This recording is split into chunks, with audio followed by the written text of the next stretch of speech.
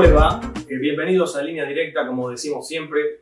Semanalmente estamos con un programa de interés general. Quien tiene el gusto de hablarles, Marcelo Malvestiti. Y como ya es habitual, estamos con otro invitado. En primer término va a estar con nosotros Javier Núñez, que es arquitecto de la ciudad de Rosario. Le vamos a dar la bienvenida y lo saludamos formalmente. ¿Cómo te va? Gracias por estar acá. ¿Cómo estás, Marcelo? Muy amable. Bueno, vas a hablar sobre la ecoarquitectura y la ecología, entre otros puntos que podamos también tratar que se anexan a estas temáticas. ¿Cómo definís a la ecoarquitectura? Bueno, bien nombraste primero la ecología. Vamos a empezar por ahí. Cuando hablamos de ecología, estamos tratando de explicar de que se hace un estudio en ecología sobre lo que es el medio ambiente y los seres vivos que habitan el medio ambiente.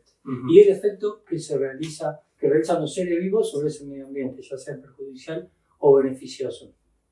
La ecología, digamos, aplicada a la arquitectura, sería la ecoarquitectura. Es como por ahí entender, digamos, la arquitectura, cómo uno puede llegar a realizarla de manera tal de no afectar, por lo menos afectar en lo menos posible el medio ambiente. ¿No? ¿Y cuáles son, hay disciplinas en la ecología? ¿Cuáles serían? Sí, bien dijiste. La ecología puede ser entendida desde distintas disciplinas. Yo puedo empezar a pensar desde lo que es la economía y la ecología, cómo la economía lo entiende, de alguna manera la política y la ecología, o la sociología, lo que es el comportamiento del ser humano. En este caso vamos a tratar de hablar de lo que es la arquitectura y la ecología y cómo se comporta. En teoría, cuando tratamos de pensar en esto, el arquitecto se posiciona sobre la obra y piensa en un antes, en un durante y en un después. Piensa primero en un antes, durante y un después de la obra. Primero, el antes sería pensar todos los materiales opcionales que se pueden elegir para hacer la obra. Y se analiza, digamos, qué efecto, digamos, el producirlos, qué influencias hacen sobre el medio ambiente. O sea, no es lo mismo producir cemento que conseguir la madera, que hacerlo de ladrillo. Cada material tiene su efecto sobre el medio ambiente. Tratar de elegir aquellos que menos afectan al medio ambiente. Luego, durante la obra se piensa en el proceso constructivo en el cual haya menos derroche de energía y de materiales y sea lo más óptimo, de manera tal también de conservar los recursos. Y de una manera posterior a la obra, cuando ya está construida, se piensa en el mantenimiento. Digamos, ¿cuánto mantenimiento me va a llevar esta obra? Mucho, poco, se requiere que sea poco, porque cada mantenimiento requiere energía, requiere materiales, requiere cosas que también se le exige al medio ambiente. Eso en línea general, a grandes rasgos. Claro. ¿No? Y para ser prácticos, digamos, y para que también quienes nos escuchan lo puedan comprender de esa manera, o sea, ¿cómo podemos definir a la ecoarquitectura? Bueno, la ecoarquitectura viene a ser, digamos, esa posición del arquitecto frente al medio ambiente. Empezar a pensar que tiene que construirse de una manera amigable con el medio ambiente. En realidad es un hecho amplio, viene tratándose ya desde algunos años, desde cuando nos hemos empezado a interesar en este tema, pero la verdad es que tiene que haber un compromiso.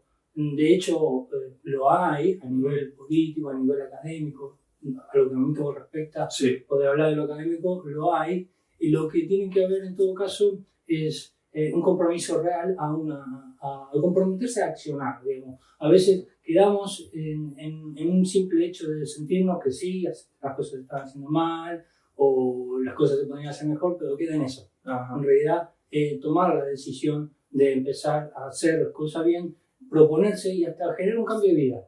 Te lo puedo decir porque yo, digamos, a medida que más uno se adentra, exige cambios de comportamiento hasta diarios.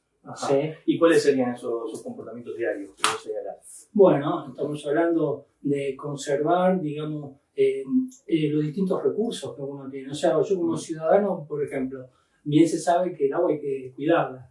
Digamos, cuando lavamos, podemos simplemente lavar, digamos, no a canilla abierta, sino con un balde para controlar el agua.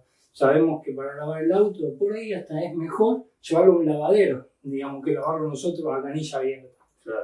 Cuando usamos la bañera, Por ejemplo, estoy dando ejemplos cotidianos que ya no tienen que ver con la arquitectura, sino con el uso de cada uno. Claro, no derrochar el agua, ¿no? Constantemente. Derrochar el agua. Estamos mal acostumbrados en ese sentido, me parece. Porque en países europeos eso se cumple a rajatabla, es decir, cuidan el agua, no la derrochan, digamos. Nosotros todavía parece que no tenemos esa cultura todavía, ¿no? En cierto modo, no digo en general, ¿no? Claro, por eso. Y un poco lo que se da es que, digamos, depende de la cultura de cada país, del interés político que hubo, de la concientización de la gente y hasta la accesibilidad de cada país a ciertas cosas, digamos, así llanamente de lo económico, que a veces la tecnología también colabora en el uso bien del medio ambiente.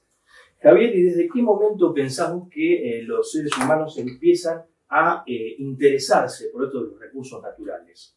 Bueno, es un poco anecdótico. Empezó ya hace tiempo, en 1972-73, yo no existía, pero fue una situación en donde los Emiratos Árabes, todo lo que son los países más bien arábicos, orientales, retuvieron, digamos,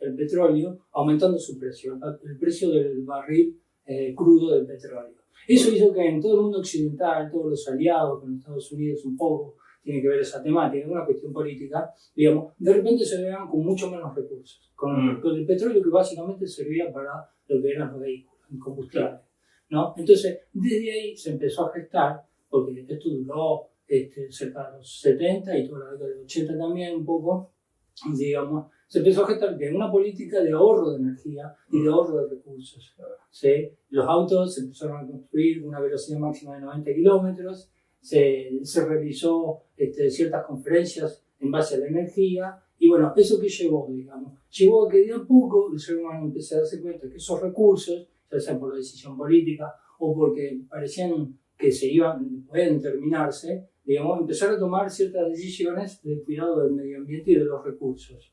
Entonces se fue ampliando. Hoy en día hablamos de calentamiento global, hablamos de erosión del suelo, hablamos justamente de los recursos, bueno, de distintas cosas, pero empezó ahí, una problemática, diría, internacional y política. Por eso digo que es anecdótico. Que hoy, digamos, no hay una mayor concientización, ¿no? Nos falta, ¿vos creés que nos falta mucho todavía? Sí, mira, si vos te pones a informar un poco los países que están más adelantados, están interesados y están con más accesibilidad a esto, claro. y sí, hay más concientización, claro, por decirlo de manera. Se ha dado, es un problema internacional, pero se ha dado a dispar, digamos, depende de cada país, de cada región, de cada continente, cómo lo ha abordado. Digamos, no ha sido al unísono la respuesta. Claro. Me decías días pasados, cuando empezamos a hablar sobre este tema, sí, que se puede hacer un paralelo con la pandemia de COVID-19.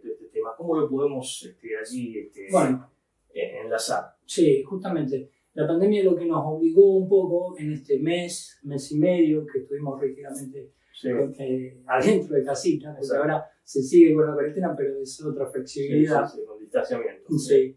Entonces, lo que nos obligó, de alguna manera, a estar en casa, nos hizo ver cómo el medio ambiente necesitaba, por así decirlo, un poco de respiro, un poco de aire. Digamos, vimos cómo el agua se clarificó, cómo el aire se volvió más puro. Se hizo una medición justamente y se tomó en cuenta que el dióxido de carbono que había es el mínimo que se suponía, bueno, de ese mínimo había menos aún, de un valor bastante menor. O sea que se consiguió un óptimo valor del aire, digamos. Y no es menor la noticia que salió acerca de los animalitos que salían a recorrer y a expandirse.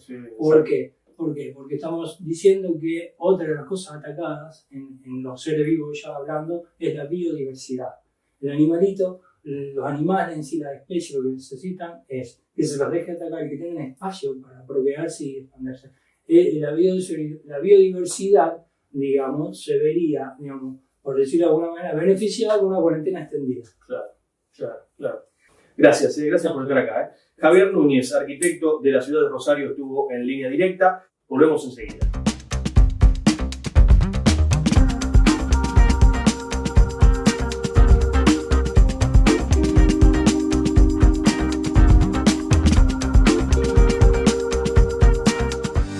Arquitecto Javier Núñez, dibujos de planos e imágenes 3D. Consultanos al 341 3530 558.